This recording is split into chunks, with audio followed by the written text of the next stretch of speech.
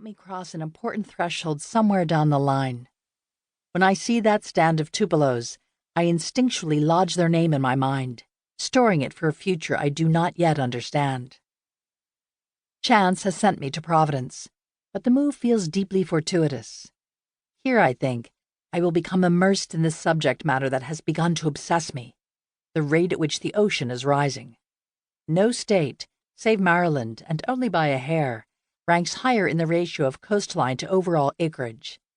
It is no surprise, then, that 15% of Rhode Island is classified as wetlands, and of that 15%, roughly an eighth is tidal, both one of the most nimble types of ecosystem in the world and one of the most imperiled.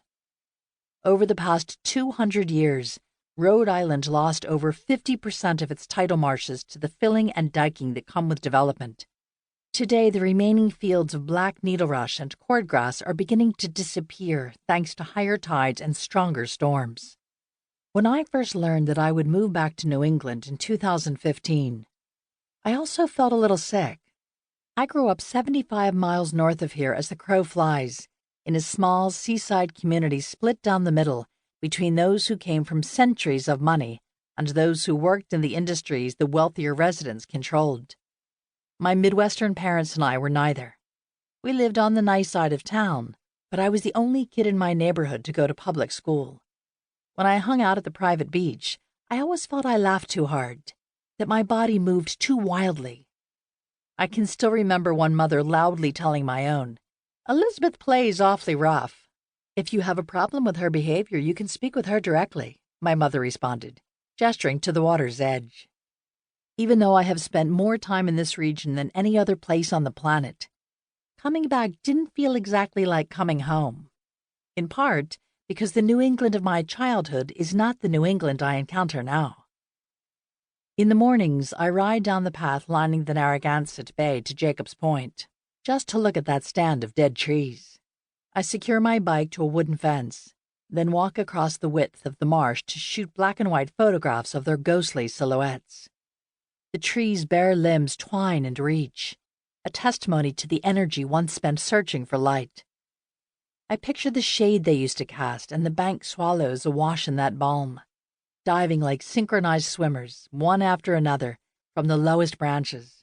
Or at least that is how I imagine it once was, before the ice sheets started sloughing into the sea, before the shoreline started to change its shape, before the Tupelos along the East Bay started to die.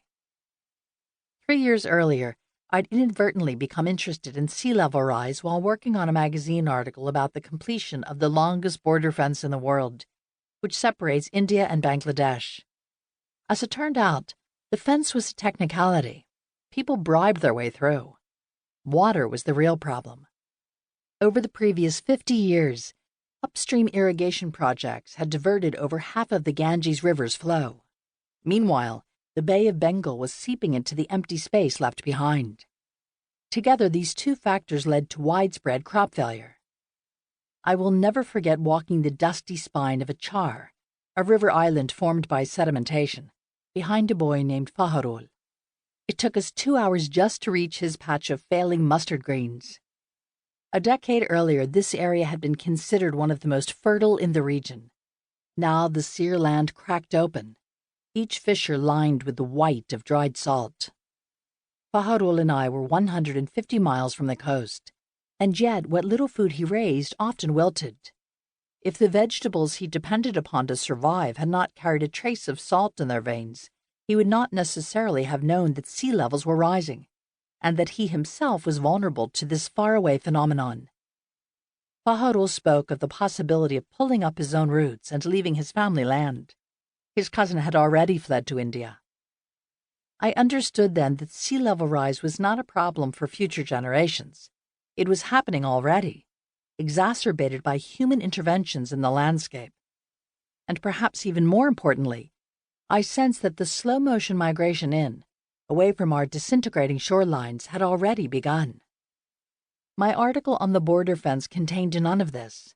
I didn't have the word count, and I was reluctant to play into one of the earliest climate change cliches, that of the drowning Bangladesh. Instead, I tucked the knowledge away and returned to the United States. But I was changed.